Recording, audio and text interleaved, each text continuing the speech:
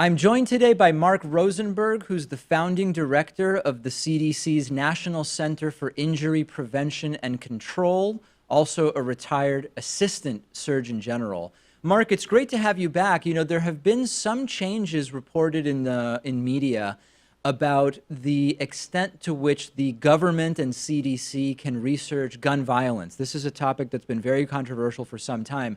So let's start sort of with the basic facts. What has changed and what hasn't changed with regard to the CDC's ability to research gun violence? Well, thanks, David. This is really an important topic. I think what has changed is that people are starting to understand how important it is to bring science back into this issue.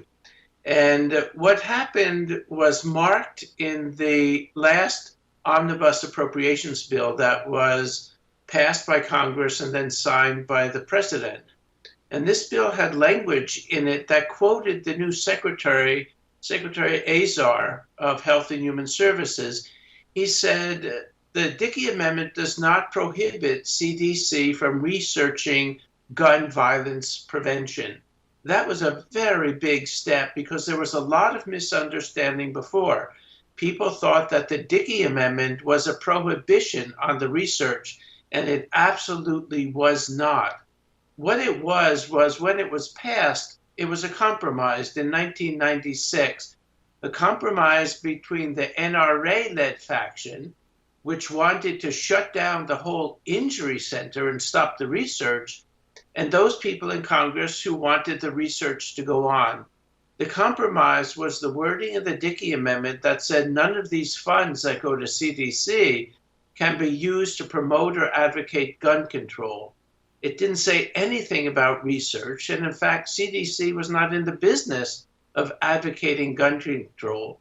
Now that's becoming clear, and that position had a ringing endorsement from the Trump administration and from Congress. It was a very big and important step. So, strictly speaking, the CDC never was actually banned from doing research on gun violence, but politically, there was an environment in which effectively, is it fair to say they were doing no such research? Well, CDC had been doing the research, but the NRA got very angry at CDC because the first research study that CDC published looked at the question of whether having a gun in your home makes you safer, as the NRA advertised. They said if you care about your family's safety, you'll have a gun in your home. If you're a real man, you'll have a gun in your home. So CDC looked at the question of whether, in fact, having a gun in your home made you safer. And what we found was that having a gun in your home, not only didn't it make you safer, but it increased the risk that someone in your home would die from a gun homicide, not by a little bit, not by 10 or 20%, but by 200%. That's a huge increase in risk. And it increased the risk that someone would die from gun suicide by 5 times or 400%. The NRA didn't like that and got very angry and wanted to get CDC out of the business. They told people, everyone in Congress and all of their members, that you have a choice. Either you do the research or you keep your guns, but you can't do both.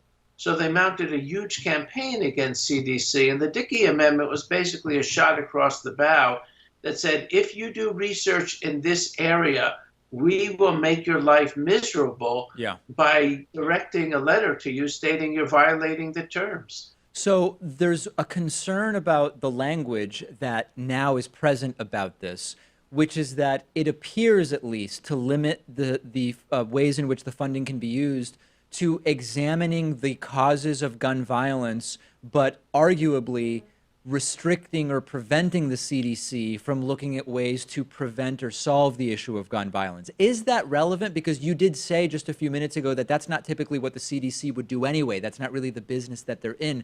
So is that concern about the language relevant or not?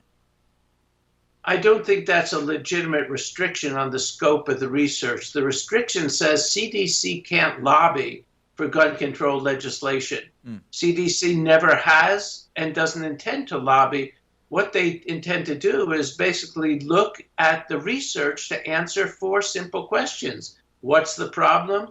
What are the causes? What works to prevent it? And how do you scale it up and translate it into legislation and policy?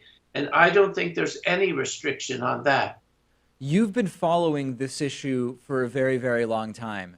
Do you believe that since the Parkland shooting and the huge influx of student activism and sort of a renewed interest in this topic, which we often see after a mass shooting, but it seems to be happening even more right now, do you think anything is actually different in terms of the sort of legislative and elected official will to actually make changes and deal with this at this point, or do you see it as mostly political posturing? Oh no, I think there's been a real shift, and two things have happened. One is I think people are starting to understand, what does research have to do with getting us out of this horrible, horrible, deadly morass? People understand that research can lead us out and find ways that will work to both reduce gun violence and to protect gun rights. If you take guns out of the hands of people who've already been convicted of domestic violence, felonies, or misdemeanors, you're not interfering with the rights of law-abiding gun owners. There are many ways to differentiate who has guns and to start to take them out of the hands of people who legally should not have them. So there are ways to do both, and I think it's become clear that it's not either or. It's not either prevent gun violence through research or keep your guns, but there are ways to do both. So that's a big difference. The second thing is that I think even the people in the gun rights camp don't want their children to be killed at school. They don't want their children to be killed at shopping malls or at Waffle Houses or at concerts. No one wants that. No one wants to live in fear of mass killings. No one wants to see veterans committing gun suicide.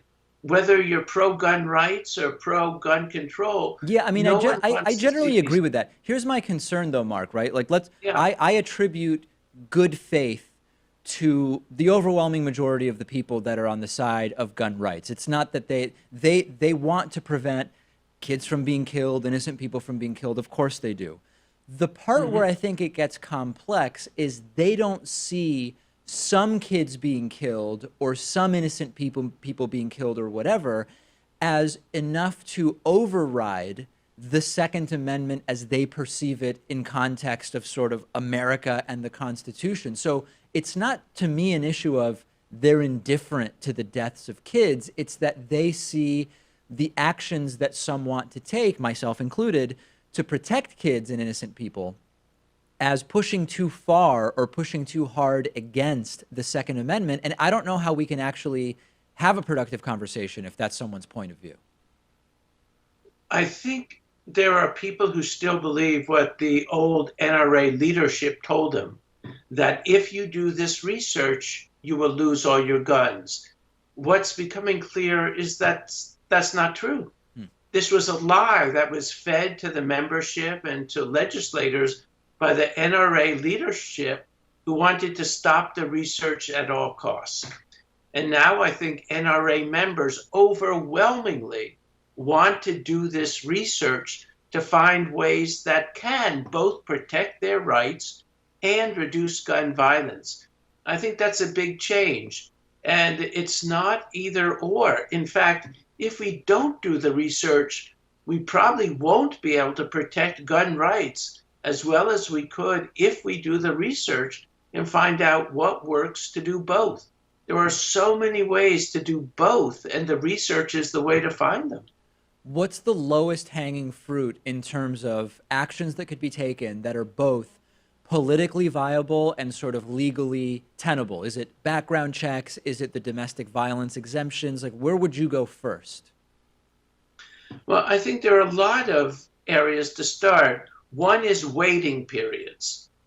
It turns out that a lot of people who commit suicide, especially young people, do it on an impulse. Something bad happens. They have a big problem at school, they break up in a serious relationship, or their parents do something to them that they don't like, and they rush out, buy a gun, and shoot themselves. It turns out in a study of people who almost killed themselves but survived, that most of the young people who shot themselves and missed their heart or missed the critical brain parts, most of them had been thinking of suicide not for a year, not for months, not for weeks, for 5 minutes. If you can keep them from rushing out and buying a gun when they have that impulse, you can save their lives. And you can do this without infringing at all on the rights of law-abiding gun owners. The NRA, in another example, for a long time, has said that there are laws on the books that we need to enforce. So let's find out how we get better reporting of people who've been convicted of domestic violence, felonies, or misdemeanors, Right. who shouldn't be allowed to buy guns. The shooter in Sutherland, Texas, the Air Force messed up. They didn't report him. There are many other cases that don't get reported. How do we find out how to implement the laws and make them effective? How do we separate guns in the hands of people who are criminals, who've been convicted of major felonies, who shouldn't have guns? How do we actually get them out of their hands and keep them out of their hands? Extreme risk, people who have threatened to kill themselves, how do we get guns out of their hands and keep them out of their hands for as long as they're at risk? These are just 3 ways that we can both protect gun rights and prevent gun violence. And there are many more ways waiting to be discovered through research. We can't say what research will find, but if we set out to find those things that will both protect gun rights and prevent gun violence, we'll find them. We'll find them, and they will get us out of this. And we'll be able to tell lawmakers who right now are asked to vote on things without knowing whether they're safe or effective. We'll be able to tell them, here are the data. No, we might say it's not safe to arm all teachers because maybe research shows you'll kill more kids instead of saving more lives. Maybe we'll give them the data that they need to pass smart legislation. So there are many things that will both protect gun rights and prevent gun violence. Let's start finding them. We've been going far too long without knowing what they are, but they're there for science to find. We've been speaking with Mark Rosenberg, founding director of CDC's National Center for Injury Prevention and Control, also a retired assistant surgeon general. Mark, great to talk to you again. Thanks very much, David. It's an important message you have to get out. I appreciate it.